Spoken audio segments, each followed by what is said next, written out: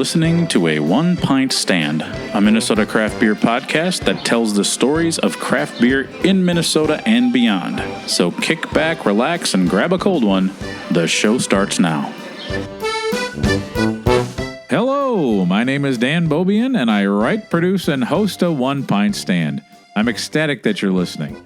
This episode of a One Pint Stand is brought to you by Lupulin Brewing Company, home of Minnesota's favorite hazy IPA, Hui. Known for world-class IPAs, their craft shines across every style. The award-winning Dortmunder Lager, the coveted Barrel God Imperial Stouts, fruity, balanced sours like Fairy's Yes, and the upcoming Squizzle Triple Berry.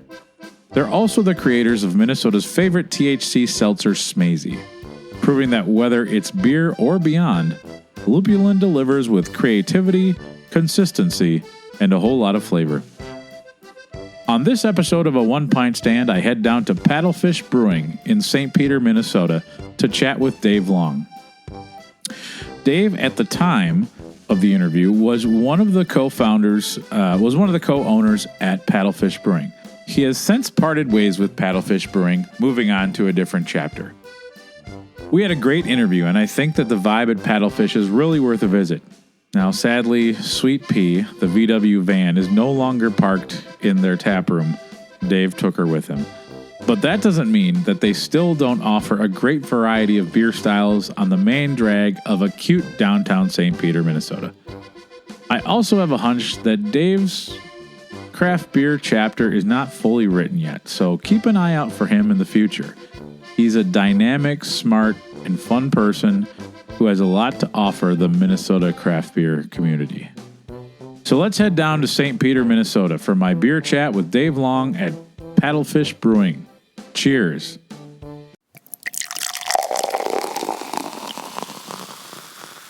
Welcome to another on-location episode of a One Pint Stand. I'm your host, Dan Bobian, and I am coming to you live inside the Paddlefish van. Sweet Pea. This is one of those times when I really wish this was a video podcast because the ambiance is so nice. I feel if we shut the door, we could be anywhere. Yeah. If the van's if this podcast is a rockin', don't come and hug it or do and bring beer. All right. And I'm here with Dave Long. Oh, thank you so much for inviting me down here, Dan. Thanks for being here. This is great. I have never. So the other day I was at Black Frost Distilling in New Ulm, and we were in the event space, quite swanky. Mm-hmm. I was like, "This is the fanciest setting that I've ever done a podcast in," and here we are in a van, and this is it's swanky in its own way. Yeah, and it's very I dare say, intimate. There's lots of zippers and in here. Flaps. Yeah. I feel like I'm in a pair of cargo shorts. This is wonderful. There are a lot of compartments in here, so that's a lot very of places. Yeah, if the van was a pair of pants, it'd be cargo pants. It would be definitely designed by a very complicated scientist with lots of things. A lot of cargo pants. So this kind of I'm getting nostalgia because my dad had a van very similar to this. It was like old. It wasn't windowless, but it was like this old brown kind of like van. But his dad had kind of retrofitted it with a sink, a stove. It had these like chairs. It had a table. And one summer we did a road trip down to like Decorah, Iowa. We went to Chicago. We went to like the House on the Rock. So kind of like a little Midwest thing. We slept in the van. It was so fun. But like, I'm like, I'm getting echoes of that. Because I always would sit in the right side. My sister would sit on the left side, and it was really fun. But this is cool. So tell me about Sweet Pea. Yeah. Well, Sweet Pea, she's my pride and joy. She's a 1976 Volkswagen Westphalia. And in pristine condition. Yeah. This is wild. I got it from a guy out in Fresno, California back in 2019. Has about 86,000 miles on it. I bought it with 72 on it. Okay. So I put about 14,000 on. My main thing was finding a bus like this with no rust. Yeah. And that I knew it wasn't going to be in Minnesota. No. So I spent about a year every day on Craigslist, on Marketplace, just looking for this exact van. Found maybe 2 along the way, but the price wasn't right. The interior wasn't right. Yeah. And I found this one. A guy had posted it for about 20 minutes. And I gave him a call and had a friend in Kingsburg, California. I called him up and I said, hey, you got to go check out this van. Yeah. And he's like, I'll bring my dad up and we'll go check it out. So he went up and his dad went up and they were like, you got to buy this. So they stored it in his barn for and then COVID happened. And then so Sweet Pea was in a barn for about 9 months. On a peach farm in California, Central Valley. Purebred. Yeah. Horse. She was ready. Van. She was ready to roam again. I love that. Such personality. Yeah. And these like curtains. Oh gosh. Yeah. They probably need a wash. They're probably a little dusty. Yeah. There's a lot of things. It doesn't that have need to be the cleaned creepy lived-in smell, though. That's nice. Yeah, And this pattern on the cushions, this could easily be like some sort of Scottish clan. tartan. Yeah. Is this at your, Braveheart 2 could be easily filmed right here on this bench seat. Yeah. Oh man. Well, she's a lot of fun. We bring her on she still runs. We bring her through the parades. Okay. St. Patty's Day. We just brought her through the July 4th parade. We have a place in town that actually works on these old vans. Oh, perfect. So there's probably not many places where you could go get it fixed. Yeah. And there's a few in the cities, but around here there's just the one, Nelson Imports. Shout out to them. But yeah, so we my wife and I will go on a trip, maybe once every other year now, and we'll just go to, we did Madeline Island, we did Gooseberry. But so when I bought her, I did Route 66, all of Route 66. No way. Incredible. Oh my God. Incredible. Route 66 is so much fun. That would be amazing. And so many stories. I mean, people are driving it, kind of relive the old days. And so when they see this van, it's like kind of it's a symbol of what was. Yeah. On Route 66, what's the ratio of like people who are out on vacation, people, living the old glory days to like serial killers? I have to imagine there's like, did you ever run into somebody at a diner who like, oh, wow, are you painting Red Barn today? Yeah. Well, there's a lot of like ghost or like, is this person real? Where like you see some, I had this in Flagstaff once where a guy had been riding rails for years. That's right. His name was Dana. Dana from California, from Modesto. Okay. Still remember it very vividly. It's a long story, but the premise was I gave him a ride to Winslow, and he left the vehicle, and I looked around after he left, and there was nothing, or like he just disappeared. He just was gone. That's like wild. Yeah. And then my brother was like, Did you touch him? Did he? I was like, no, we were never. Both he's touched like, that day. Yeah, the van was touched. We were all touched. Our souls. Oh my gosh, yeah. Our swimsuit areas, and everything in between. Yeah, that's Winslow, Arizona. That's the Steve Miller. Yeah, went from Phoenix. The Winslow, Arizona. Something like that. That's where Dana might have lived. But I should mention there is I have a YouTube channel. I haven't updated in like a year, but it's Long Journeys, and I actually I vlog every single day in the van. Oh, I gotta check that out. It's a lot of fun. Okay. And then when the brewery started, I lost all time to do anything. Now this makes more sense when you were like, "Do you want me to bring some video equipment?" I'm like, How does he know about video equipment? You've got a long journeys. Long journeys. Yeah. Okay. Last name's Long. So I'm going to put a link to that in the show notes. Oh, gosh, we'll you're do the that. best. Well, I need to start. You'll get 6 more followers out of this. 6 more followers. Get ready. Yeah. Hope you got the bandwidth on whatever internet package you. Oh, great. Well, we're here at Paddlefish Brewing in St. Peter, Minnesota, in a van, not down by a river. Very close to a river. Well, we could be. I mean, if we put her in neutral and just like went down the hill, who knows where we'd end up. So, I always like to give the listeners a little bit of a, kind of a get to know you thing. So sure. I've got some hard hitting questions for you, Dave. Hope you're ready. This is going to make Barbara Walters seem like nothing. But I would like you to introduce yourself by telling us your title, your favorite Paddlefish beer to drink, your favorite Minnesota brewery to visit other than Paddlefish, and the very controversial question, what is your favorite snack to have while watching a movie? All right, let's start. So, name is Dave Long. I am co-founder, co-owner, marketing and events director. Okay. Here at Paddlefish. We started in 2023. We can talk about that later. But favorite beer. Mountain Mama West Coast IPA would probably be my go-to. Okay. Or the Imperial Mountain Mama, which was our OG recipe, which is 8%. Ooh. So we. I was looking at the Mountain Mama. I was like, okay, I better start off with the Vienna Lager. Yeah, and then we kind of elevate as we're going. I'm 17 minutes away from my second cup of coffee, so sometimes that transition, you need a sessionable something. Well, it's nice. It's nice to have a morning, a 10:30 beer. Yeah, that's right. It always reminds me of that SNL skit with Will Ferrell, Get on the Bag, Brandon, where he's like, hey, anybody need snow cone? I got my own snow cone.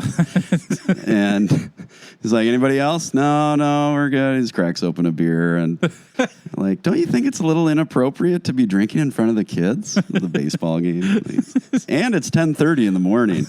I just like to sit back and relax and watch the ball game. Brandon, get on the bag. That's great. But yeah, so Mountain Mama West Coast is my favorite. Jolly Giant would be up there as well. Okay. Or hazy. But the Imperial Mountain Mama is usually my go-to. Okay. Yeah. Just a nice, real crisp, clean, got a little bit of that malty backbone, earthy IPA, West Coast IPA. Nice. Old school IPA. Old school. I'm happy to see that those are becoming more oh my gosh, vogue. Me they too. They kind of died off a little bit. They got lost in the haze of the hazy IPA movement. I know. Yowza. We're back. Yowza's right. Yeah. We're back. It's good to have choices. It's good to have choices. It's great to have choices. And to answer your question about the snacks, I would probably say. Oh wait, actually, yeah. You got to tell me your favorite brewery other than. Oh yeah. This is such a tough question, Dan. Yeah. I told you ahead of time. There will be no softballs. I know, today. yeah. I mean, there's so many that I love. Back Channel, Black Stack, Loose Line. Yeah. Those are usually my go-tos as far as going to Wooden Hills, real close to our house. Okay. Lupulin's great. I don't really get up there, but their beer's really good. Lupulin is. I think that's. Lupulin is where I want to have my ashes spread when I make the transition to the ethereal spirit world. Gosh. And I go to Winslow, Arizona to haunt people on Route 66. Hey, Dana from California and Dan. Dan. We'll start a podcast. Yeah. Get where ready. Are you from again? Where you live? Wherever you want me to live. St. Paul. St. Paul. Okay. The capital city, as a lot of people. Well, St. Peter was almost the capital. I did not know that. That's why we have the beer called Almost Capital APA. Oh. Check it out. It's a wild story. Okay. That's why the streets are so wide here, because they literally thought it was going to be the capital. Oh, I bet somebody got fired over that. Yeah, it's like, I got some bad news, folks. Didn't go well. They didn't pick us. Yeah. Nope. Oh, God damn it, Jim. Yeah. Son of a bitch, Jim. It's a fun bit of trivia. Yeah. I learned a new bit of trivia when I was in New Ulm. I learned that Herman the German, the second largest copper statue in the United States, only behind the Statue of Liberty? Herman German? Herman the German. Herman the German. Up on the hill. I took a picture of it this morning as I was leaving town. I'm like, I need to. Gosh, thank you for that. Yeah, so there you go. Did not know that. This is all about learning on a one-pint it is. stand. I not just love beer. it. I not love just it. beer, not Let's just learn. bands. We talk about a lot of stuff. Yep. Gardetto's answer to and then yogurt. It's something I don't have very often, and I think people might be surprised by that answer, but yogurt-covered pretzels. Those are very good. They're very good. Underrated. Yep. Or the frosted animal. Oh. I always forget about those the too. Little, the little sprinkles yes, on top. Those are very good too. Yeah. I like the crunch of the sprinkles. Basically, you put sprinkles on anything, I'm going to eat it. Yeah. Whether Me it is too. a food or otherwise. Yeah. Like if there's like a newspaper with sprinkles on it, I'll be there with you. One of the things I just had a thought based on something that you said, snack-wise. Yeah. And then it's... yeah, that's fine. Dots is another one, by the way. Oh, dots are good. Yeah, those are addicting. Unless you have fillings. Oh, yeah. Those will rip those things right out. Sheesh. Okay. Oh, sorry. No. Oh, no. You're thinking of the when you said pretzels. Gardettos, my mind was blown when I realized you could just buy the rye crisps on their own. Oh, yeah. Because those are the things like I always like go for. I know. And then whoever has the bag before you takes all of them. Yes. And then there's I was like, what the hell? And now I just got these the white cracker things they're fine, but I like the rye crisps. The rye crisps are the best. Yeah. Okay. Gardettos and yogurt covered pretzels and the little frosted animal crackers. Yep. Good. Okay. And dots, but the pretzel kind. The pretzels. Not the gummy ones. Oh, okay. Yeah, okay. Yeah, Those are insanely good. Yeah. They're when I'm at a gathering and there's just a big bowl of those, I'm just like, well, these are going to go very quickly. Yeah. Just like I can't. I have no self-control. Yeah. So and they're very good. I don't know how much crack they put in those Dots pretzels, but I have to imagine it's at least 10% of the overall ingredients. A lot of crack. Yeah, a lot of crack. Yeah. Well, speaking of crack, craft beer is like crack to me, and that's why I'm here. Yeah. So I want to know, Dave. Yeah. How did Paddlefish come into existence? Sure. Well, back in 2023, about 2 years ago, we had backstory is I used to be a youth pastor, a youth director. Okay. And one of the kids that I worked with, his name was Eric, and I knew him and his family. And he knew that I was really into beer. Yeah. And I brewed beer for a while. I loved to go to breweries. And I knew Eric was going to be he had that entrepreneur type spirit. Sure. It's like whatever he does is going to be successful. Yeah. Because he's got the drive, and so I at the time I was working at a camp in northern Minnesota by Two Harbors, and it was August. I knew that this was probably going to be my last summer up there before moving back to the cities. And I had just started dating my now wife at the time, and we were talking on the phone about 2 days prior to everything kind of coming to fruition as far as the idea. But I was telling her, I said, we were talking about dream jobs, and I said, well, one of my dream jobs was to, just like a ton of other people, open a brewery. Yeah. And I said, well, the market isn't in really Minneapolis right now or in the cities. I mean, there's some a lot of variables with that, but basically, like, I think the market is in these smaller Minnesota towns that have a college campus that don't have a brewery. Yeah. And so quite literally 2 days later, I get a call out of nowhere. I haven't talked to Eric in like a couple years. Okay. And he's like, he went to Gus Davis. Okay. And so he said, I got this crazy idea. What do you think about opening a brewery in St. Peter? And I was, just kind of floored by like, okay, that's weird. Yeah. Like summon the beer gods, kind of thing, getting the goosebumps.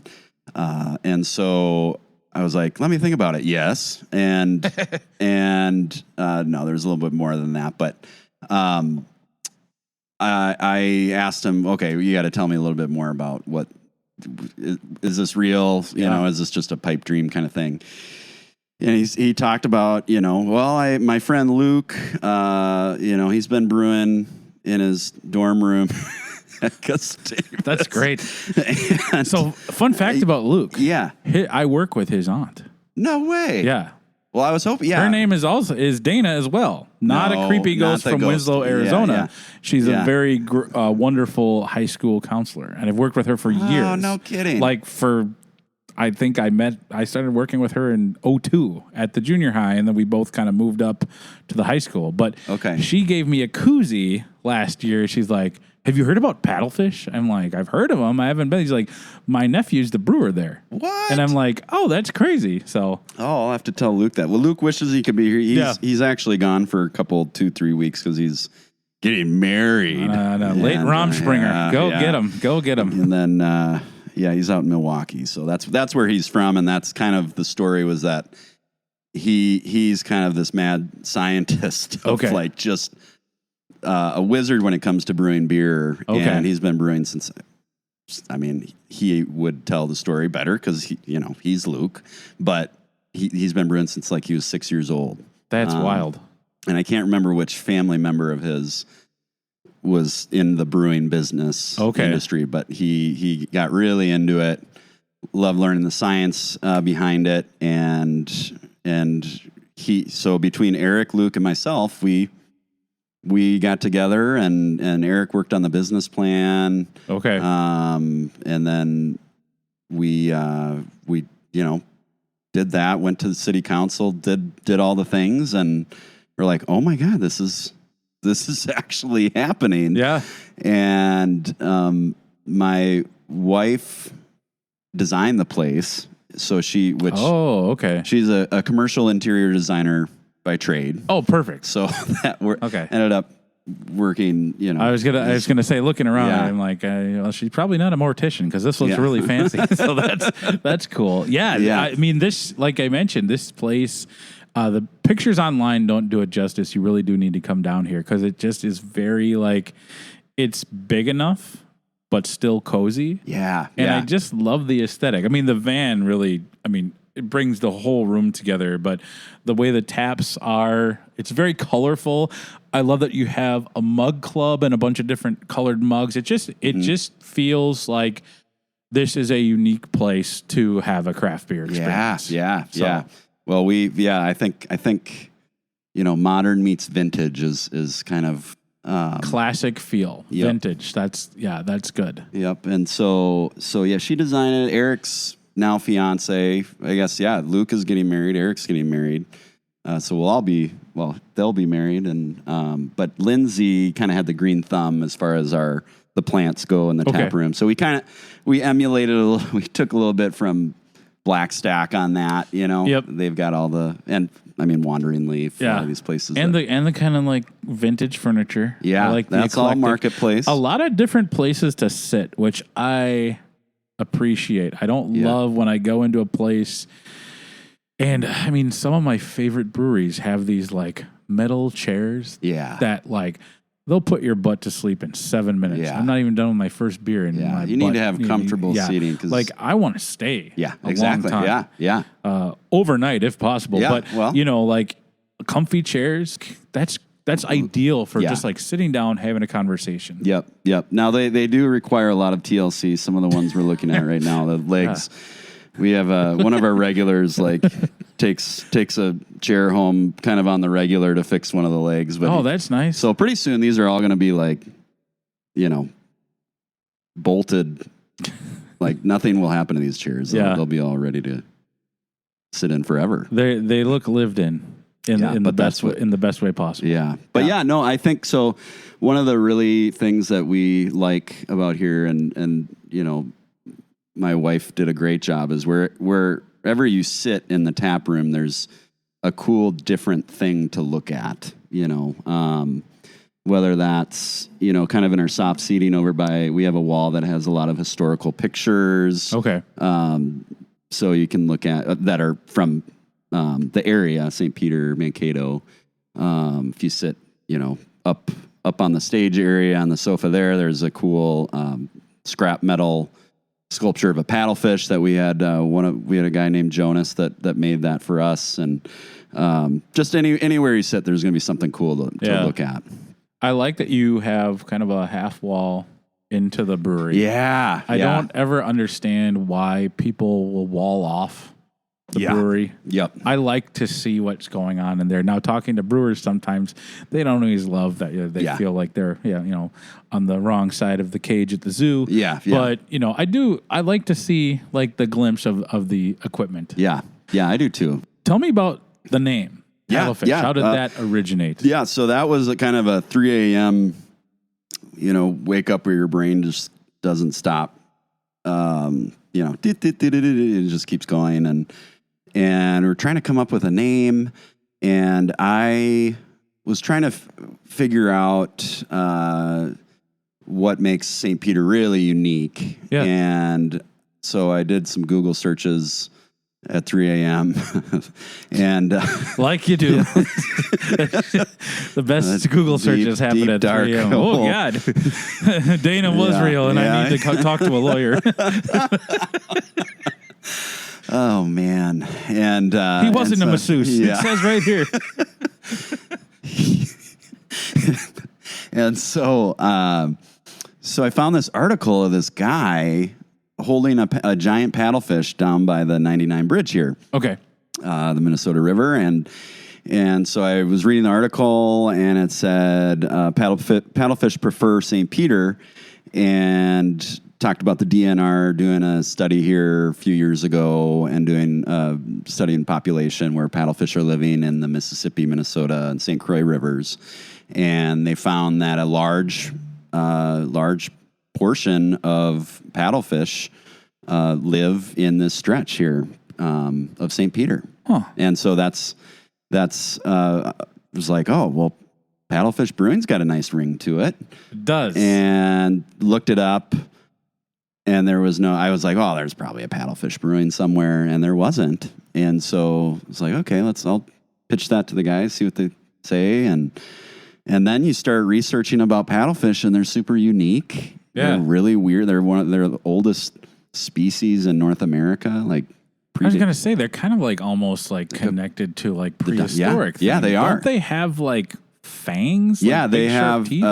They're filter feeders. So they just roam the bottom of the rivers and eat all the plankton and all that. And you can't legally snag them in Minnesota. Okay. So people, you accidentally, you can't have the rigging for it. So you can't. There's seasons in Wisconsin, Montana, basically every other state around Minnesota. It seems like there's a season you can get a permit. Okay. So we get a lot of, the name has truly lent itself to. That's the most frequently asked question we have here is why paddlefish. And I love that. That's like, it's a good conversation starter. It is. It's like a great conversation. Yeah. Rather than like having St. Peter Brewing, it's like, okay, well, that's right. Yeah. It's not as fun. We should have been the state capital Brewing. Yeah. That would probably ruffle some feathers. Jim's relatives, they really, oh God. But the interesting thing about it is since then we have had so many people they're like, oh, I snagged a paddlefish or I accidentally snagged one here on the river. I'll send you a picture.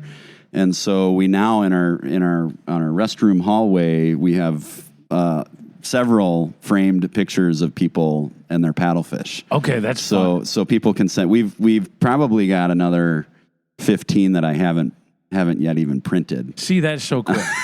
Again, like adding more, we'll call them the candy sprinkles of a brewery of character, unique things that kind of make the space. And that is really fun. Yeah. Yeah. I always wonder, like some people, it's kind of seems to me like 50-50 based on, when there's a really cool story behind the name of a brewery, and then it's like, oh yeah, well, what was this? Because the street sign outside is the same thing. Yeah. We didn't want to confuse people. Yeah. Okay, no, I'm more confused. Wake me up when you get to the good part. Yeah. Yeah, that's interesting. Okay. Yeah. So was it maybe 2 weeks ago, we got a guy come in.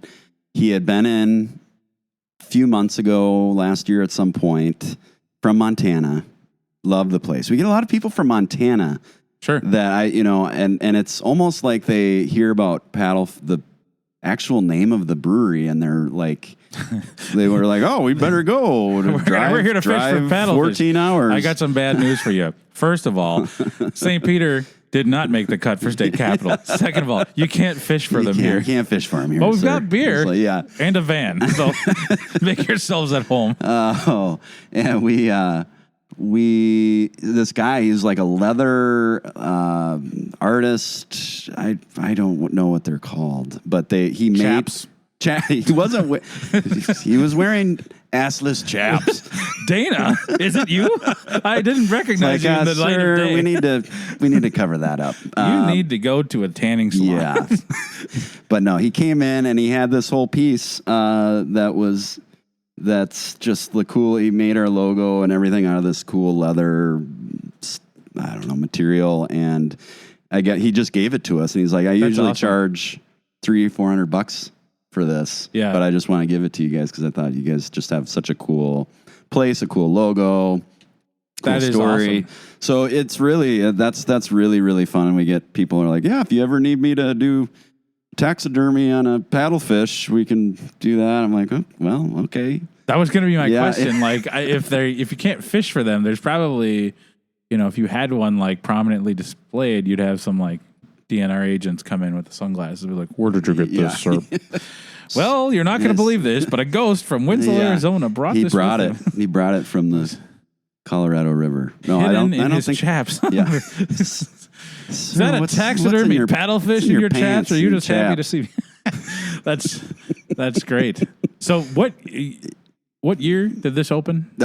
So we opened in January of 24 of last year. So we've been open roughly a year and a half. Okay, that's right. Yep, that's right.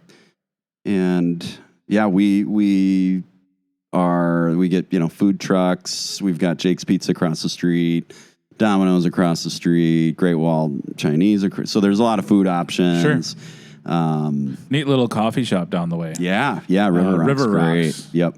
I always love to, when I'm visiting a different place, in addition to finding the breweries, I always love to find the indie coffee shops. Yes. And that one was very good. So I want to give them a shout out. Yes.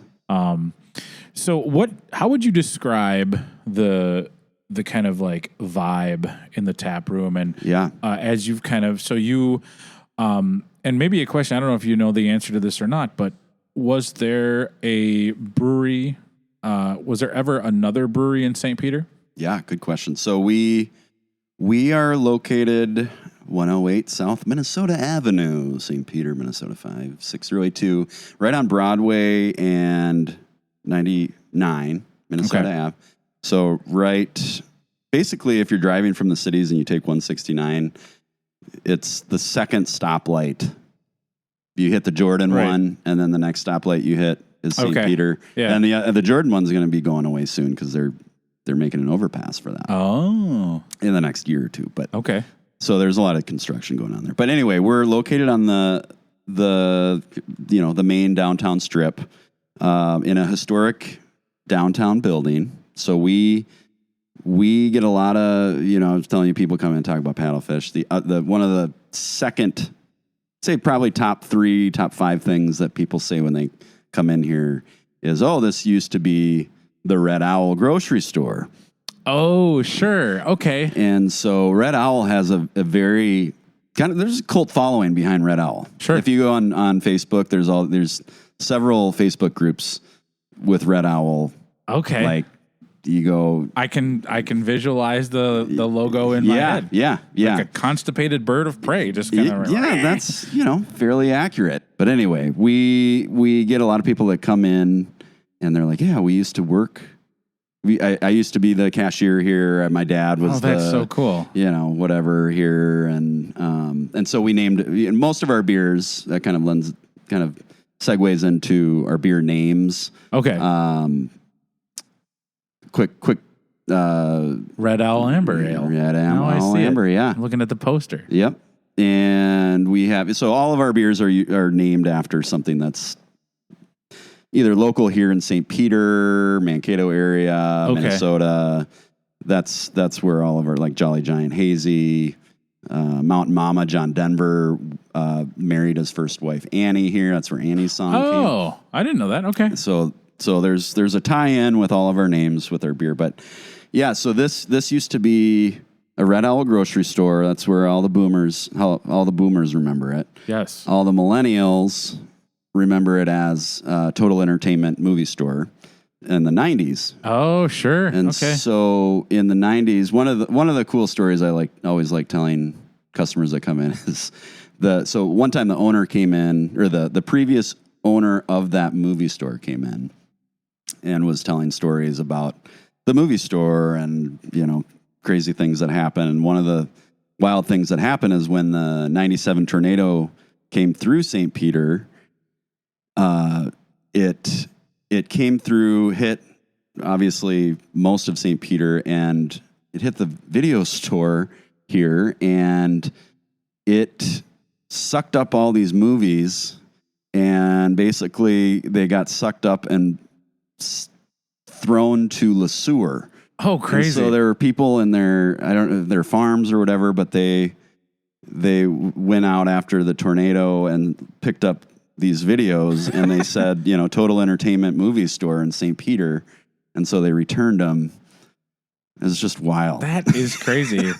Yeah, I remember when that happened. One of my high school friends, Shelly, one of her older brothers went to Gustavus, and it was like towards the end of May, right? I want to say in the spring.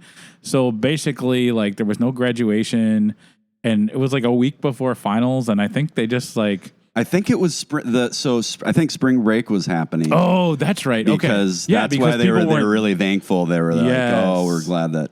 Yeah. So the last couple weeks, they were like, well, yeah. Here's what we're gonna do. I think they every student got a refund check. Yeah. And interesting. I think Shelly's brother was graduating and he didn't have to finish up his stuff, because it's we're done here. Chalk it up to life experience. Yep. Oh man, yeah. Go find those videos in Le Sueur. Buy a VCR on your way out of town. Get ready.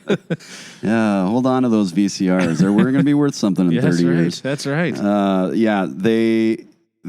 a lot of the locals that come in even now, bring up that, and they'll tell you exactly what they were doing. On that day. That is so interesting, and also very. I love it. I mean, I don't love that the town was decimated by a natural disaster. Right, that's horrible. Right. But the fact that it kind of does, I think it did galvanize the community. And the sad thing, from what I heard, is the campus used to have a bazillion mature trees that were all taken away, and it's oh, that sucks. I know. Yeah, I remember driving through. My dad, his parents lived in Pipestone, so we drove through St. Peter growing up, and I still remember driving through, and I was really into. I don't know if Twister came out right around then. That was I was really into tornadoes. Maybe 96. Yeah, I was really into tornadoes. Still am, actually, to be honest. Weather is very fascinating to me. I used to want to be a meteorologist and a weatherman. Interesting. Still kind of do, but I guess I still can. Hey, if Dana can exist in our minds and our souls, you can become a meteorologist.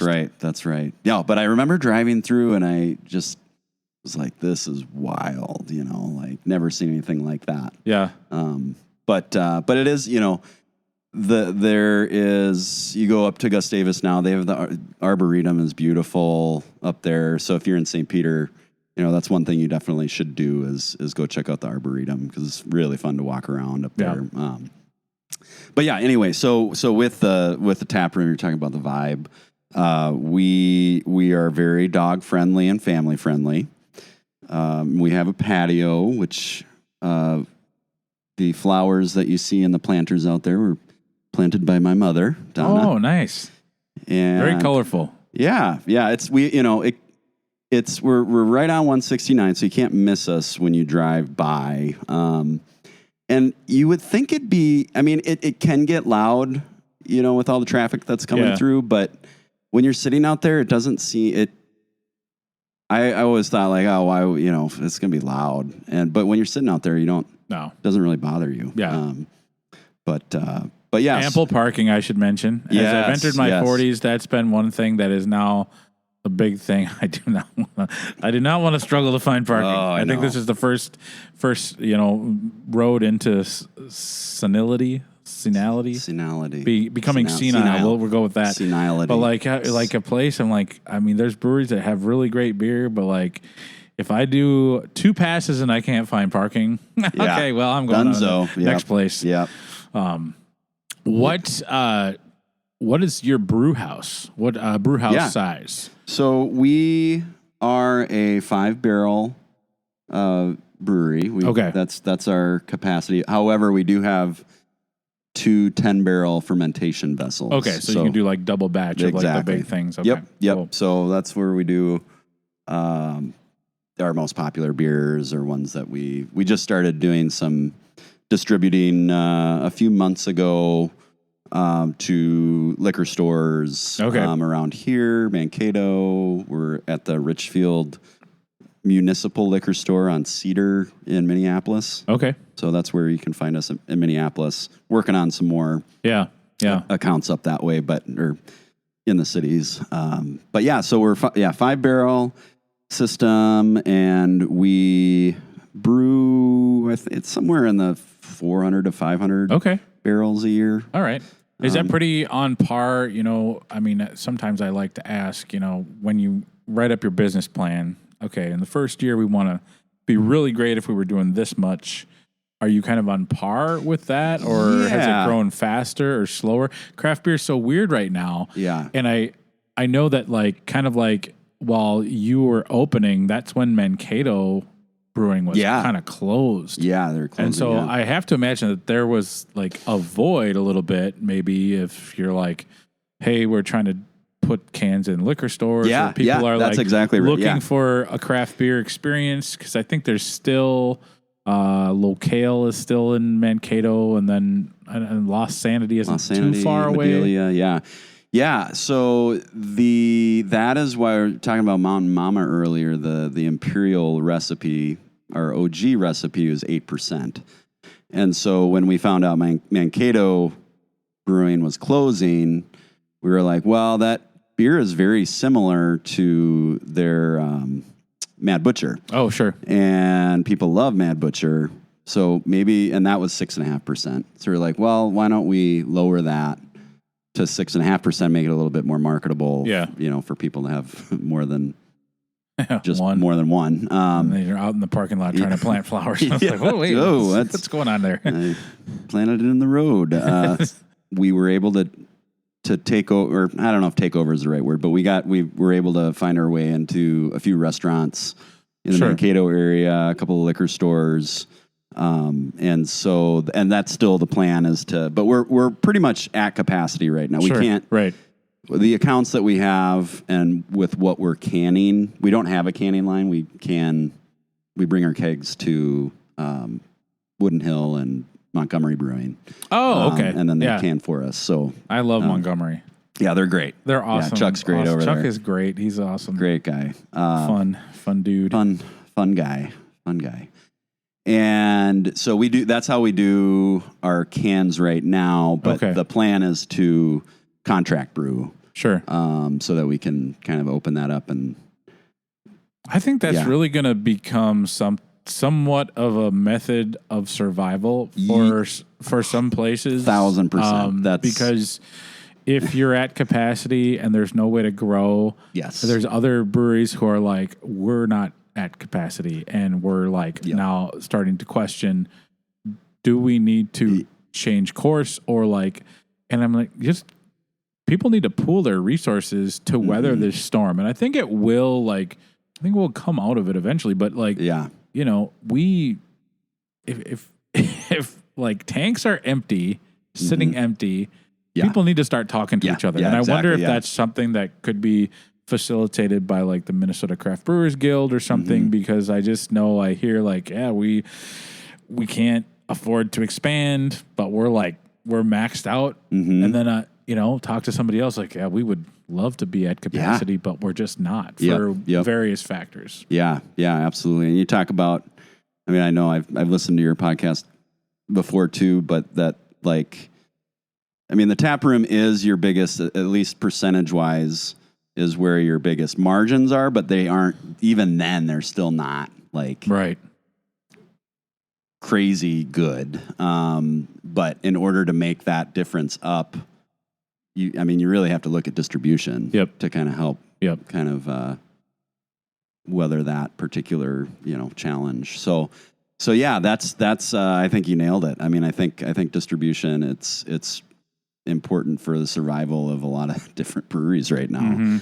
And, we have a great staff. We have phenomenal brewers, a phenomenal team of beer tenders, tap room leads, and they're well trained. So we've got a pretty well oiled machine in the tap room. Yeah. And then we have a sales rep that's really, he can't do anymore because we can't make enough. Right. So yeah, it's in that regard, things are going really well. And it's interesting to see there are 2 breweries in Mankato, and there was 0 in St. Peter.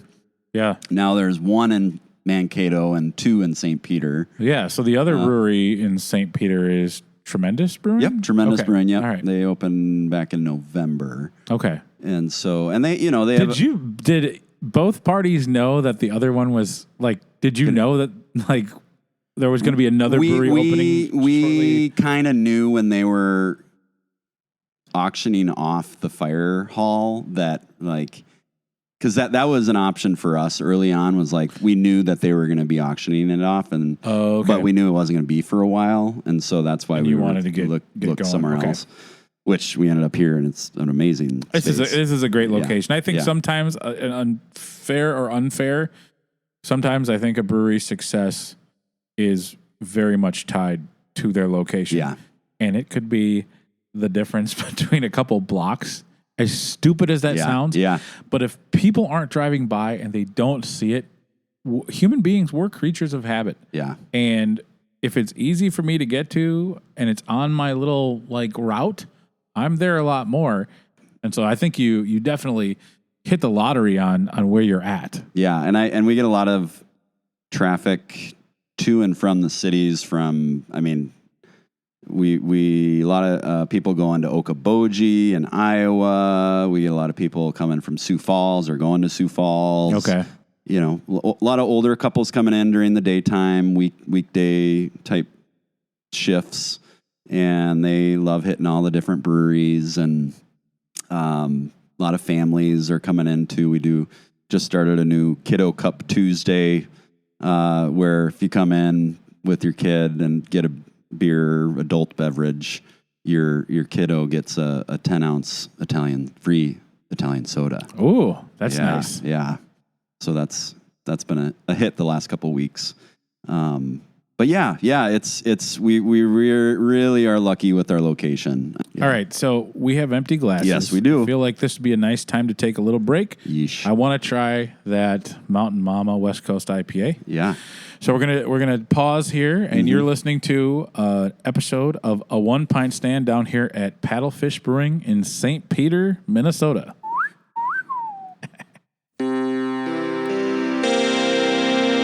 Well, it started as a one-night stand. I had 2 pints for a lonely hand. Bounced back like a rubber band. 4, 3 pints. Drank a 4th in a faraway land, but I couldn't make it as a single man. So I married me this beer right here. A pint, a one pint stand. Hey, thank you so much for listening. Hopefully you're enjoying A One Pint Stand. My aim is to help spread the word about craft beer. Enjoying craft beer is a passion of mine, and I love chatting about it with other people. A One Pint Stand has a goal of helping breweries tell their stories. I love to get out in and beyond Minnesota to visit breweries, beer bars, and meet other interesting beer people. If you're also into those things, you'll probably want to keep tabs on the show. So go ahead and follow A One Pint Stand on Instagram, Facebook, Blue Sky, and Mastodon.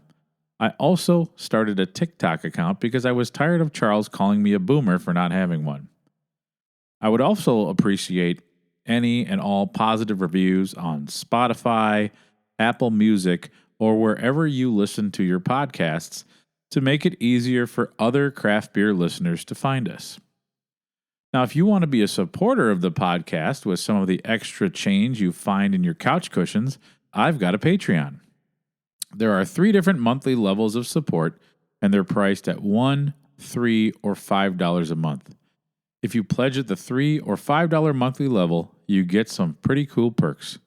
So go to patreon.com and search A One Pint Stand to check it out. We're up to 27 supporters, and I am so excited and grateful for what that means for the show. If you like reading about craft beer, you can check out my written work on aonepintstand.com. I love to write, and that's where you will find a lot of written content covering both the local craft beer happenings and my craft beer travels. I truly appreciate you listening and taking time to enjoy our stories. Before we head back to the show, I want to talk about this episode's sponsor, Lupulin Brewing Company. A few weeks ago, Lupulin Brewing was recognized for its Oktoberfest and won a gold medal at the Great American Beer Festival in the highly competitive German-style Marzen category, which featured 161 entries. In fact, all 3 GABF medals Lupulin has won have all been for lagers. So if you're craving a clean and crisp beer-flavored beer, get your buns up to Lupulin Brewing Company in Big Lake, Minnesota, and treat your taste buds to something special.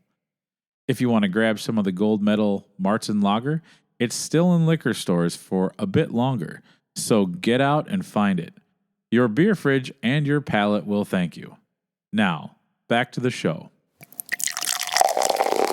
How about a beer?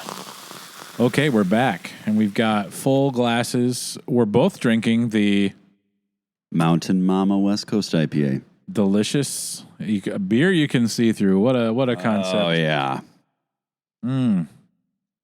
Just like that has a nice Grandma used to make. That's right. Down in the basement during Prohibition for Al Capone, because he basically commandeered our garage. Gosh. This is a nice iteration of a West Coast. I like it's very bright, but it has a nice little bitterness at the end that kind of like stays on your tongue a little bit, not in a horrible like assertive way, but just in a like, yes, there were hops were used well in this beer. And I think that's one of the things that a lot of times I like to poo-poo hazy IPAs, and people are like, why do you hate hazy IPAs? I don't hate hazy IPAs. I just like to have a variety. Sometimes I'm in a mood for a hoppy, bitter, refreshing beer. I think that. Well, you don't seem like a hateful kind of guy. No. There's few things I hate in this world: snug pants and bad attitudes. Assless chaps. That's right. That's the best of both worlds. If you talk about when you wake up at 3 a.m. with an idea. I have a whole thing to retrofit the JCPenney pants section for men, but they just won't return my calls. Yeah, gosh. But this is the Mountain Mama is very good. What now is this? This is the John Denver? This is the John Denver shout out. So Mountain Mama, he was in St. Peter for a while living here, and he met Annie.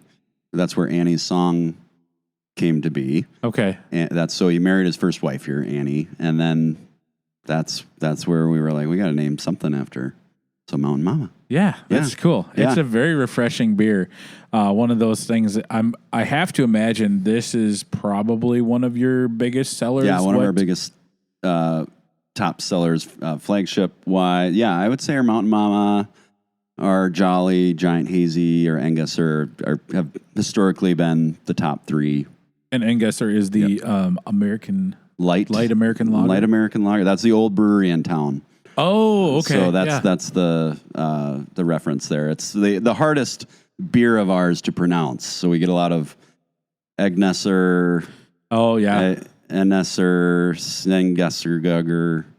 It's like when I was little, my grandpa was like, "Are you playing that Nintendo again?" I'm like, "What? Jeez, Nintendo." And then Steinfeld. I was like, "I don't like that Steinfeld show. I don't know how you can stomach that. You can listen to the whiny." TV. Yeah, that's right. Where they emphasize the T. The TV. The TV. Yeah, the TV. Somebody the other day when I was in New Ulm for lunch, I went to the Cottonwood restaurant. It's like the restaurant at the golf club.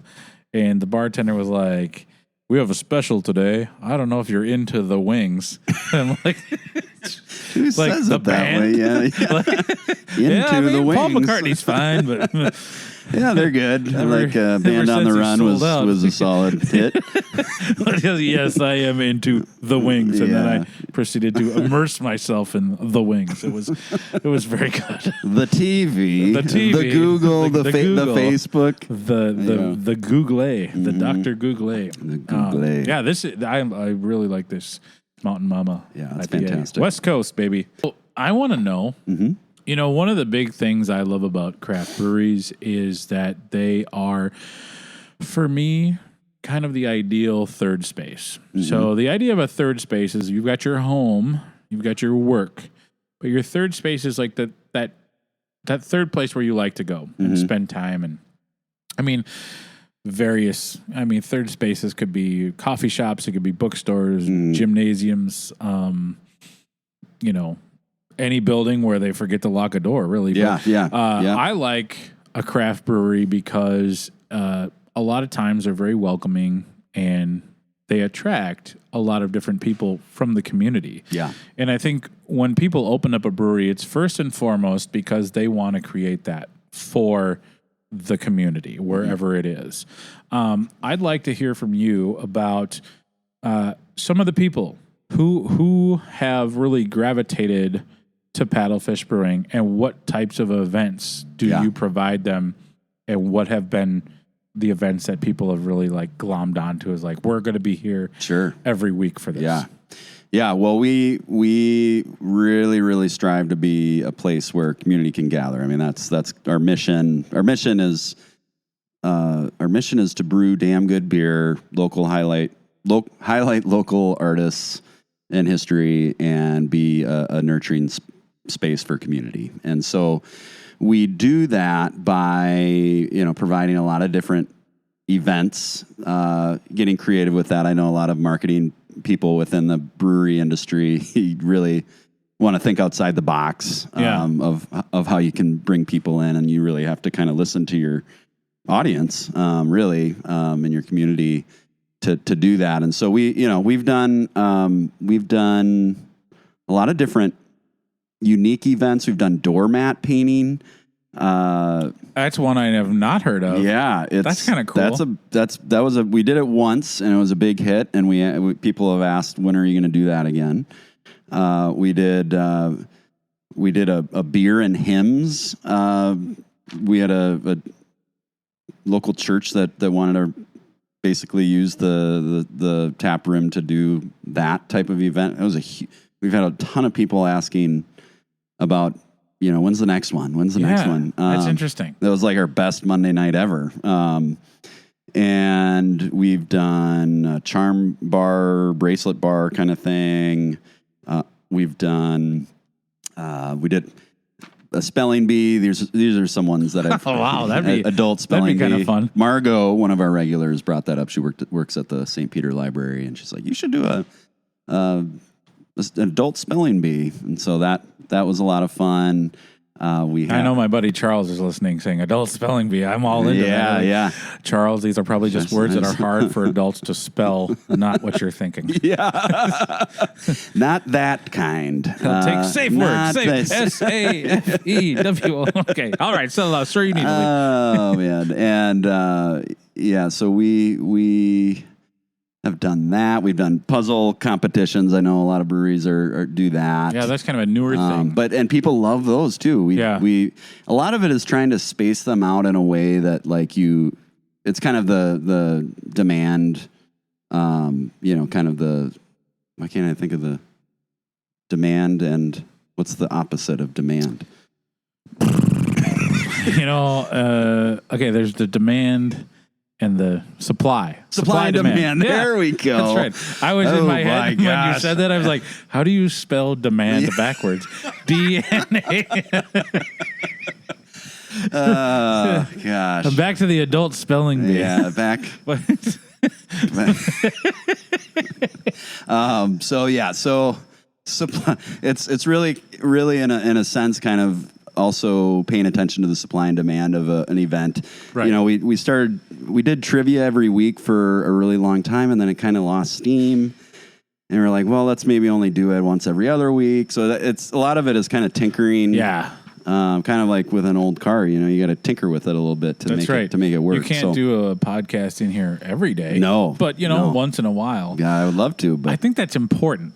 People and I don't know where that sweet spot is. I'm a teacher, and education is very much like something cool comes out, and then everybody does it. Yeah. And it's interesting one time for the students, and they're like, I did this last block. Yeah. I'm like, well, shit. I know, you got to come up with some, new material. So it's like, yeah. it's very, people like, they want something fun, but you got to keep it. You got to, yeah. Every brewery is unique. doing like Trivia Mafia. Exactly. Then Trivia Mafia is no longer fun. Well, that's what kind of happened here. And I love Trivia Mafia. I think it's great, but for us, it lost a lot of steam after a little while. Sure, sure. And so you really do have to, just get creative with what you're doing. And new beer releases is always a great way to drive foot traffic in. We did a sauna beer recently, which was that's perfect for like Minnesota. A botanical Nordic lager is how we branded it, and it used juniper berries, white pine, elderflower, birch leaves, I believe is wow. So interesting. Very sounds like a shout out to like brewing from like 1,000 years ago in Norway or something. Yeah. And we closed the tap room about a month ago. My wife and I had our 1 year anniversary reception party here at the brewery. Fun. And it was a blast. But the sauna beer was like what our signature beer was. Okay. And it was very. Some people loved it. Some people are like, this is not my thing, because it's very botanical. Yeah. But you can serve it with like a cedar stick, and it's kind of a holistic experience where you smell the cedar wood and you take a sip, and it really is supposed to kind of transport you back kind of into the North Woods or however you want to visualize that. But so we like to do unique beers. I think that's really something that we even the Ventralive beer that we brewed. Well, yeah, I was going to say that was it. So for people that don't know, you won a gold medal at the 2025 World Beer Cup. Yeah. Which, to put that in perspective to people that maybe don't know about beer awards, there's kind of 2 or 3 major ones. There's Great American Beer Festival, and then there's World Beer Cup, and then the U.S. Beer Open. Yeah, I can never remember the name. What that one is either. I'll go edit it. Yeah. Put accurate name here. Yeah, look at. But World Beer Cup it's noteworthy because Great American Beer Festival is breweries in the United States, and they can choose to enter. I think each brewery can enter up to like 4 beers, and if they won award previously, I think they can do 6. World Beer Cup is breweries from all across the globe. So, when a brewery like Northbound wins gold for their Doppelbock, they're not only competing against United States, they're competing against Germany, exactly. The people who invented the style. And I've talked to Andy about that, and he just is like, his mind is blown. It's He's insane. like, I can't believe that. So is it pronounced Ventralive? Yeah, Ventralive. Ventralive. So that was a kind of like winter seasonal. Yeah. Can you explain that beer and kind of like I know that so the other funny thing about sometimes when you enter a beer, it's like, well, this beer was a seasonal to come out, and then the minute that beer is announced, you get a line out the door. Yeah. Hey, we want to try this beer. Like, well, fun story. Yeah. We're never brewing that beer again. It's like, surprise. I know. We experienced that when we did I'll get to that later, but we decided to partner with Swedish Contour, which is a Swedish gift shop down the road here, and they do a Vinterliv event every year, January, February, and it stands for Winter Life. So it's like a Winter Life celebration. So we decided that we wanted to do something that was historically reminiscent of something Scandinavian for their event. And so Luke, our head brewer, came up with an old, and he's Norwegian himself, Scandinavian. Yep. So he's very familiar with kind of the old historical brewing styles. And so it won the historical style beer award is what we won gold in.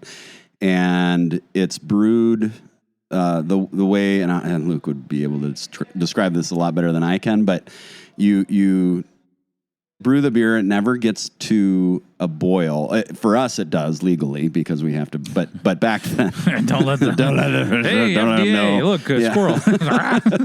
But we do it at the minimum amount that we need to, and then you throw the ingredients in after that. Okay. And so you get like I was saying with the botanical lager, it's very similar in that sense. This one was more tart and funky and a little bit more sweet. So juniper berries, elderflower, lemongrass was really the one that. Oh wow! And lemongrass, I've read reviews like, lemongrass wasn't traditional. It's not traditional to Sweden or whatever. And it's they got DoorDash from a Thai place. Yeah. It's a modern twist on a historical style beer. And so. The lemongrass is really kind of what is you can really notice, but you can notice all the other things too: the juniper berries, the elderflower, the birch leaves, and so it's a tough beer to make because it's again historically it would use just wild yeast, right?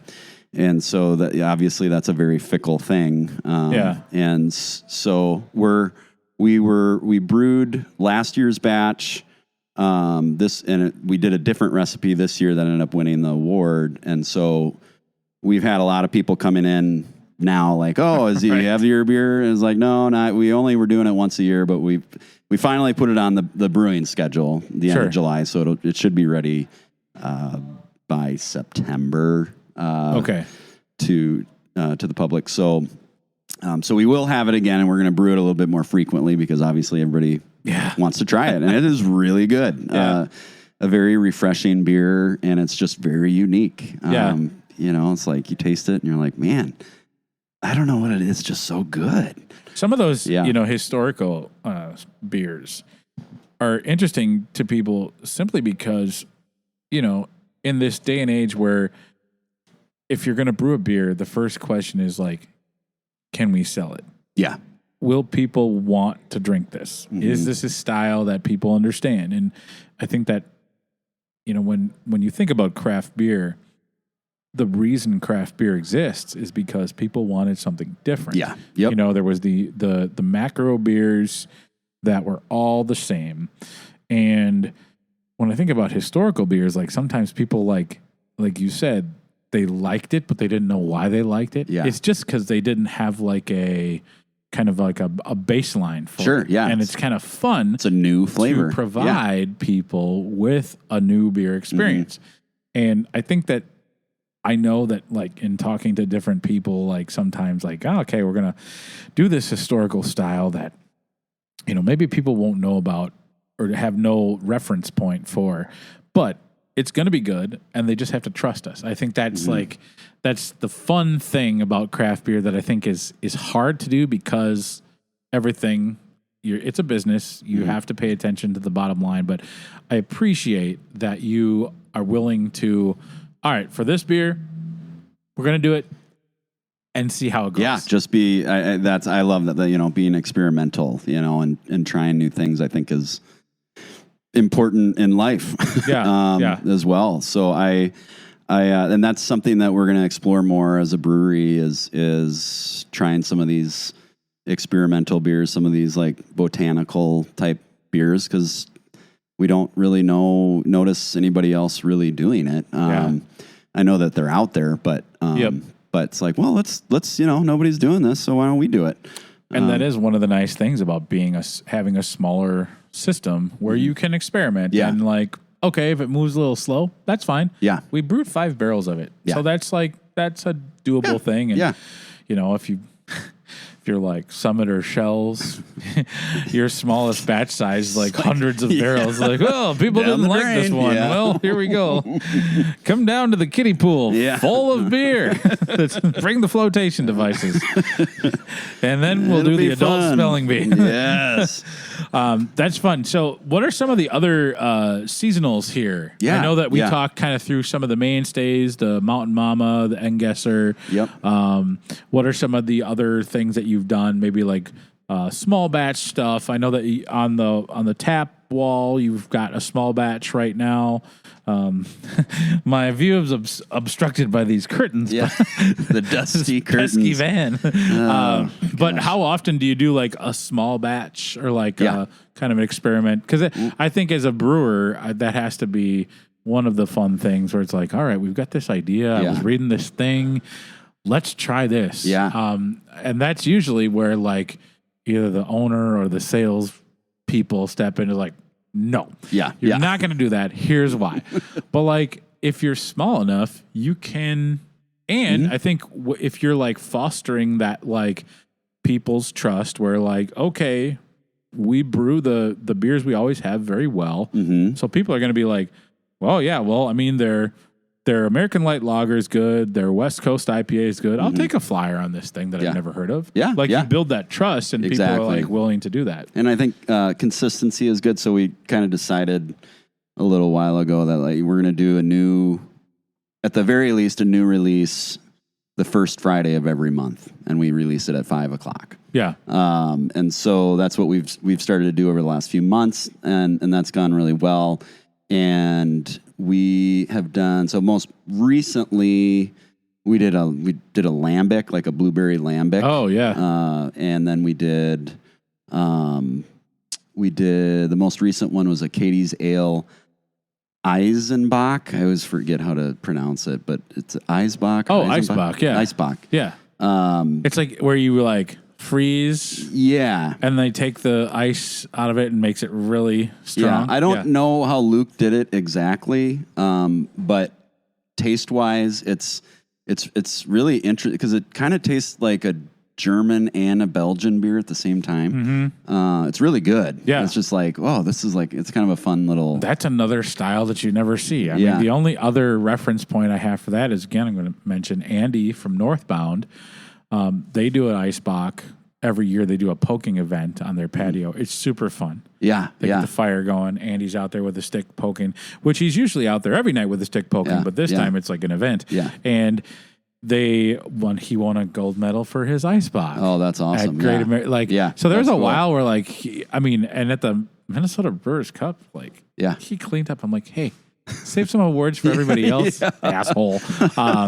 But I mean, he's got that down to a science. And so like, it is a very unique beer, but like nobody brews it because I think it maybe is challenging. It's also kind of going back to what you were talking about earlier with the Imperial version of the Mountain Mama.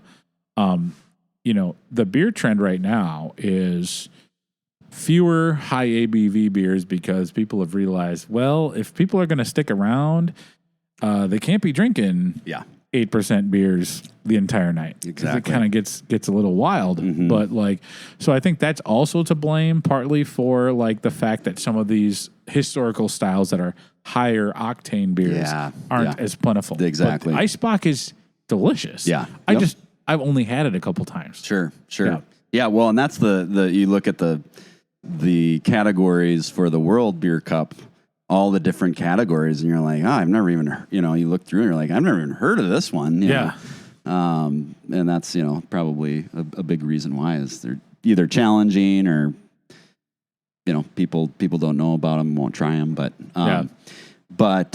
yeah, so we have 8 flagships, and then the one new beer a month, but it usually ends up being about 2 to 3 new beers a month. Yeah. And we did an Irish dry stout for St. Patrick's, kind of just like, it tastes just like a Guinness. We did that one on Nitro, and it just turned out really well. That's a style that I think is really gaining in popularity because it is low ABV, super low, but big on flavor. Yeah, and I think a lot of people don't know exactly how low it is. Like, I always am kind of surprised, like, oh, yeah, this is only 4.2%. Yeah, like oh Guinness, my gosh. Guinness is 4.1%, I believe. Yeah. And that's less than like Bud Light. Yeah. I want to say.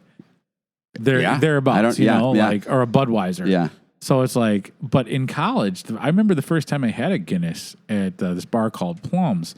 I was like, geez, this is heavy.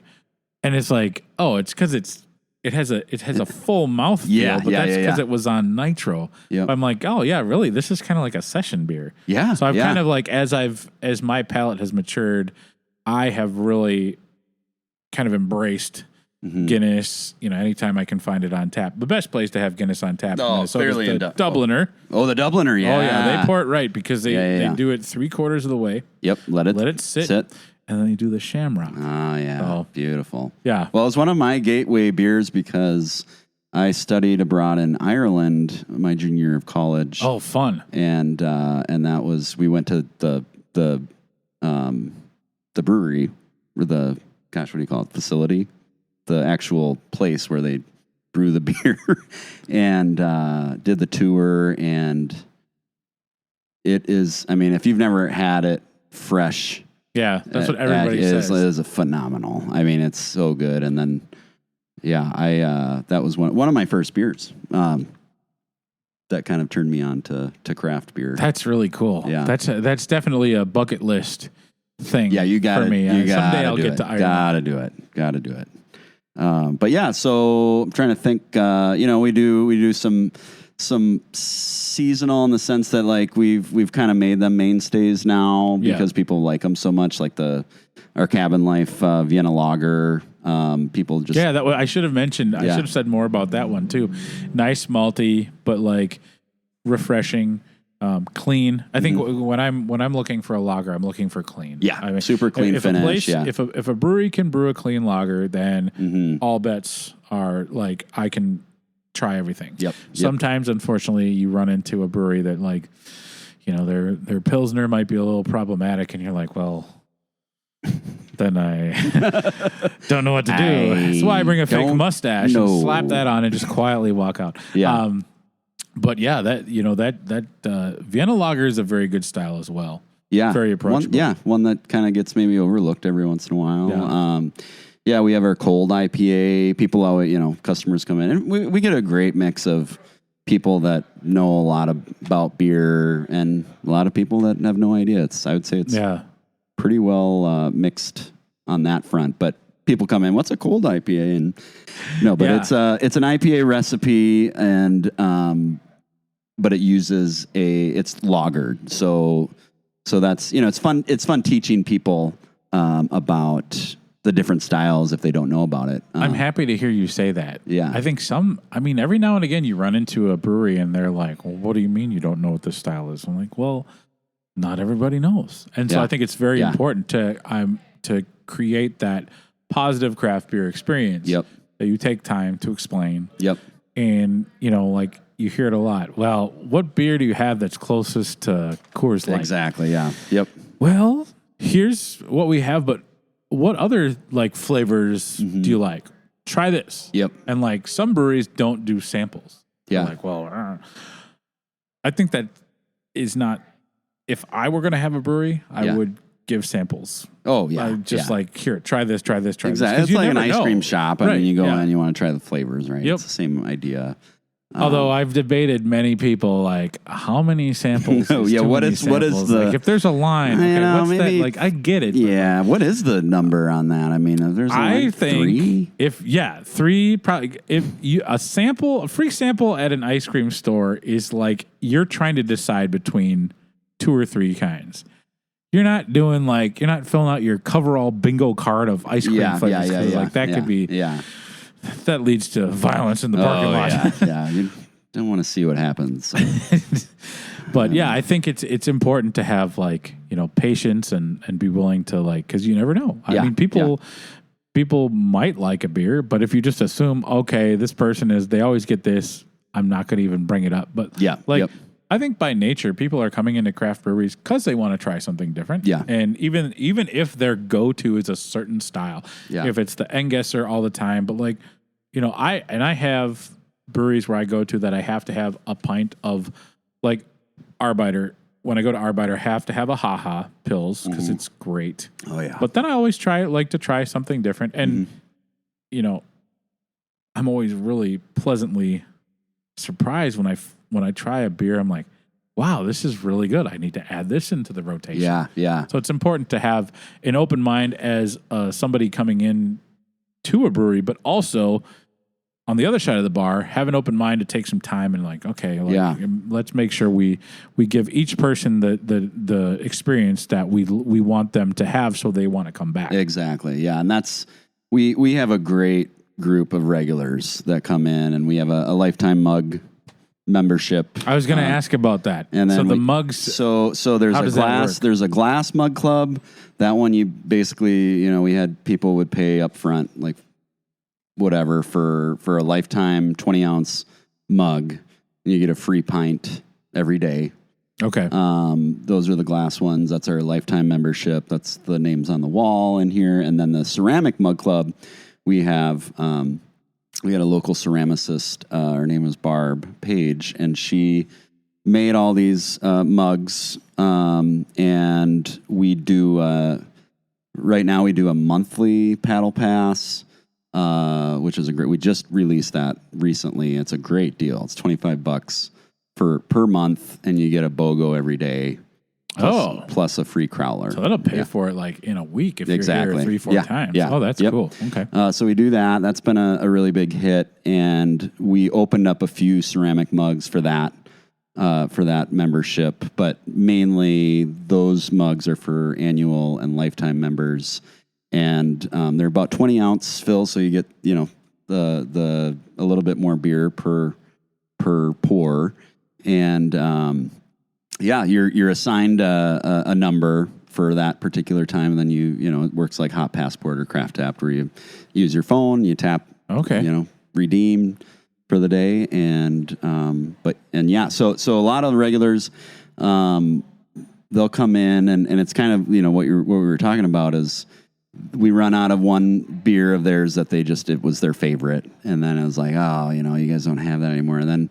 We just came out with our lemon shandy, and Thorsten, great example. He's in here all the time, and now he clearly loves a native Minnesota. Yes, he is a Viking. Yes, he dresses. He is a true Viking. Let's just say that. But he's in here, and then lemon shandy comes out. He's like, "Oh man, this is good," and then we run out. He's like, "No," and then. Yeah, we got another one that comes out, and but our regulars are great. We have one of everybody kind of wants to help out in whatever way that they can. I was talking about the chairs. Ryan, one of our lifetime members, he has done art for us. That metal sculpture back here. He fixes the legs of the chairs. Patricia, she weeded all the weeds in the patio area yesterday. That's awesome. And it's that's just, so cool. The community coming together like that is just such a cool thing to see. We have an open mic once a month, talking about events. People love coming to that. And I had that 2 nights ago, went really well. And so that's been the third Tuesday of every month we have open mic, and that's been a big hit. So, I think it's very special when people kind of take ownership of a brewery. You know, Yeah. you mentioned like, you know, weeding, fixing the chairs. I think it goes back to that third space thing. It's like you care about a place. You want to do something to make it a little better. Yeah, exactly. And I think there's something really special. I mean, you can't just write that into your business plan. Absolutely. You can't will that into existence. It has to happen organically. Yeah. And I think when it does, that's really cool. Yeah. And People. that's like, it's really hard to like quantify that. Yeah. It just is, it turns it into a special. Yeah. You got people coming in. Yeah. There's Joe and Kat. It becomes a family. You know, I think people, they want a place to feel like they belong. I mean, just like everybody wants to feel belonged, right? Yes. And, you know, I was thinking Cheers. Everybody wants to know your name. I know. Yeah. Yeah. Everyone wants to be Norm. Yeah. Who's the, do you have, is Thorsten the Norm of Paddlefish? I would say so. Thorsten. That's great. Every place has, you know, I was talking to Matt Holton, one of the four co-owners at Wandering Leaf. Yeah. And, you know, when they opened, they're on West 7th Street, almost to the exit, you know, as it turns into the highway to go to the airport.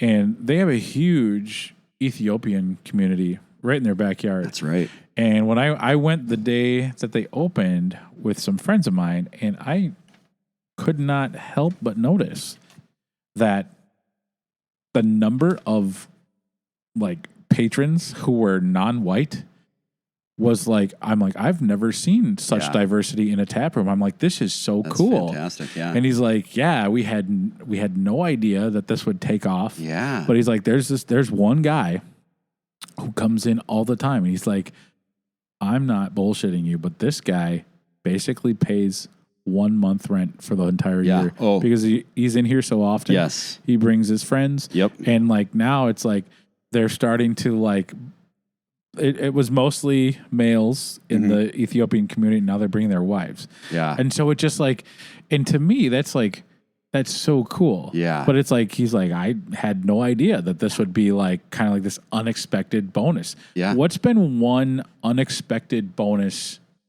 of Paddlefish? I know that you've been open, you know, about a year and a half.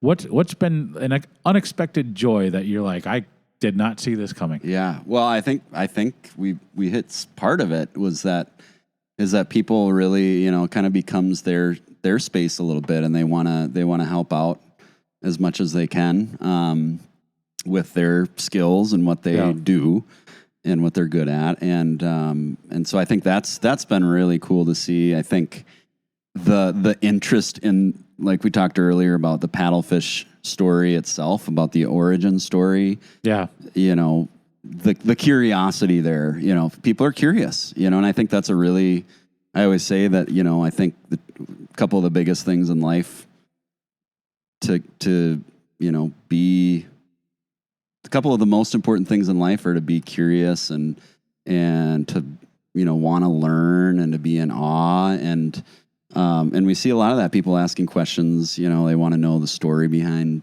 Paddlefish, how we got started. I think hearing people say, and I know I'm not even the brewer, you know, but like Luke and Joe behind there, when people say, oh man, this is the best beer, you know, hazy or West, whatever beer it is that I've had.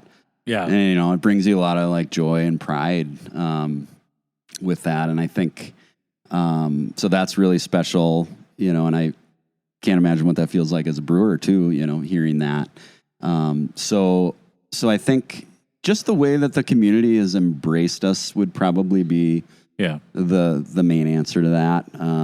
And just the amount of regulars that we have and kind of like, you know, we had our reception, my wife and I had a reception here, and we invited a bunch of the regulars. That's cool. You know, so it's kind of like, that's like, I would have never expected that. Yeah.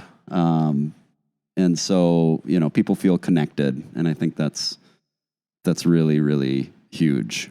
I think that's so important as somebody who, you know, started off first, you know, when I was getting into beer, just going to places, and I always felt like if a particular bartender, brewer,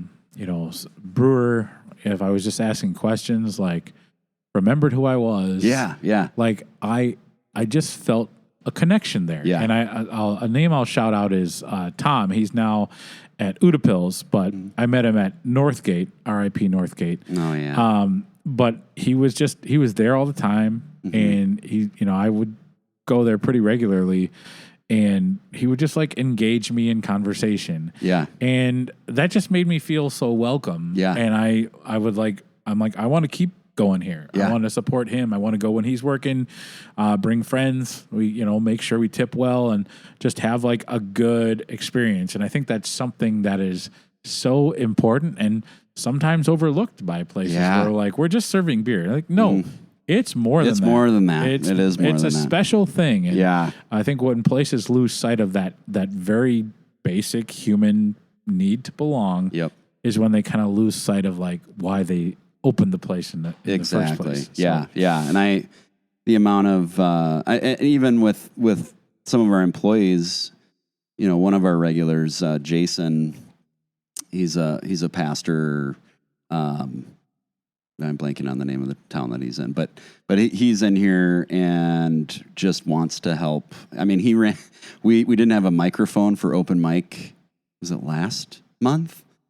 And it was like an hour. Talk about thinking outside the box. Yeah. And we didn't have our mic. We didn't know where our mic went. We still don't know where it went. And he's like, I'll go run to the church and grab a mic real quick. And just, it's like a half hour away. drove over, grabbed the mic, brought it back, and he was here by 7:00. That's awesome. Yeah. So just that kind of stuff is just like, how do you plan? Like, that's just so cool. Yeah. It makes you feel really special. When people want to help out, it means they care. Yeah. That's, I think, the big. And now, like, one of his daughters, she's working behind the bar right now, Kat. Yeah. So yeah, you just don't realize how helpful even your regulars are to help your business. So. Right.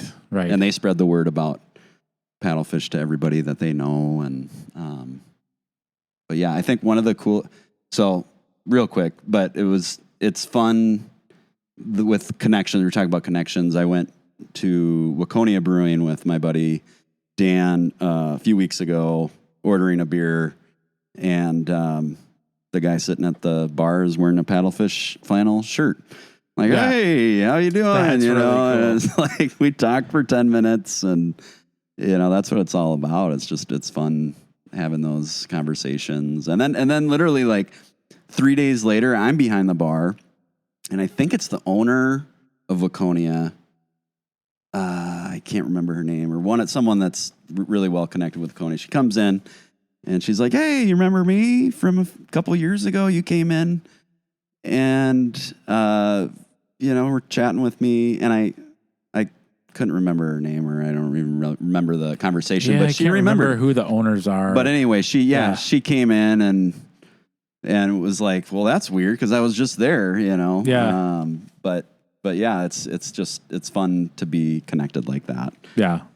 So for somebody listening who hasn't come down to Paddlefish yet, what's your elevator pitch to get them, to come down and visit and see kind of like the special place that you've created with your team? Yeah. Well, when you came in here the first minute, your reaction said it all. That's right. You're like, oh, I didn't expect how cool it was in here. Like the pictures don't do it justice.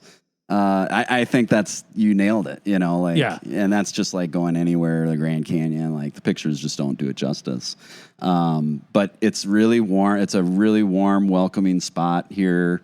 Again, kind of the modern meets vintage. We got the 76 van in here that we're sitting in right now. Very comfy. Cool soft seating. My butt has not fallen asleep yet. Exactly. This is great. Exactly. And we just, it's a fun old building. We brew some really good stinking beer. And we've got cool merch. We've got cool, like, just all like I said before, anywhere you sit, there's a cool element, either a historical element or a cool element to look at. And yeah, we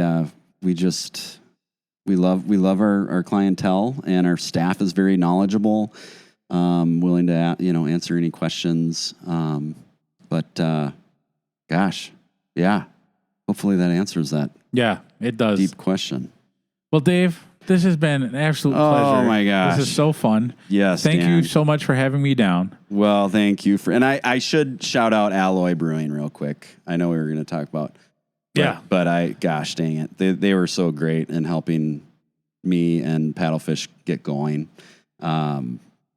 We posted something recently, and we just thank them for all that they did to help us get in. And that goes for a couple other breweries as well that are still open. But for those of you that don't know, they closed down last week. So it was sad to see, but kind of a testament again to how this whole industry is really well connected in a family, and you don't want to see that happen, but at the same time it allows you to reflect, be thankful for that, and gosh, thanks Dan for being here. Yeah, it was my pleasure. Yeah, this was really fun. Yeah. So this has been another on location episode of a One Pint Stand from Paddlefish Brewing in St. Peter, Minnesota.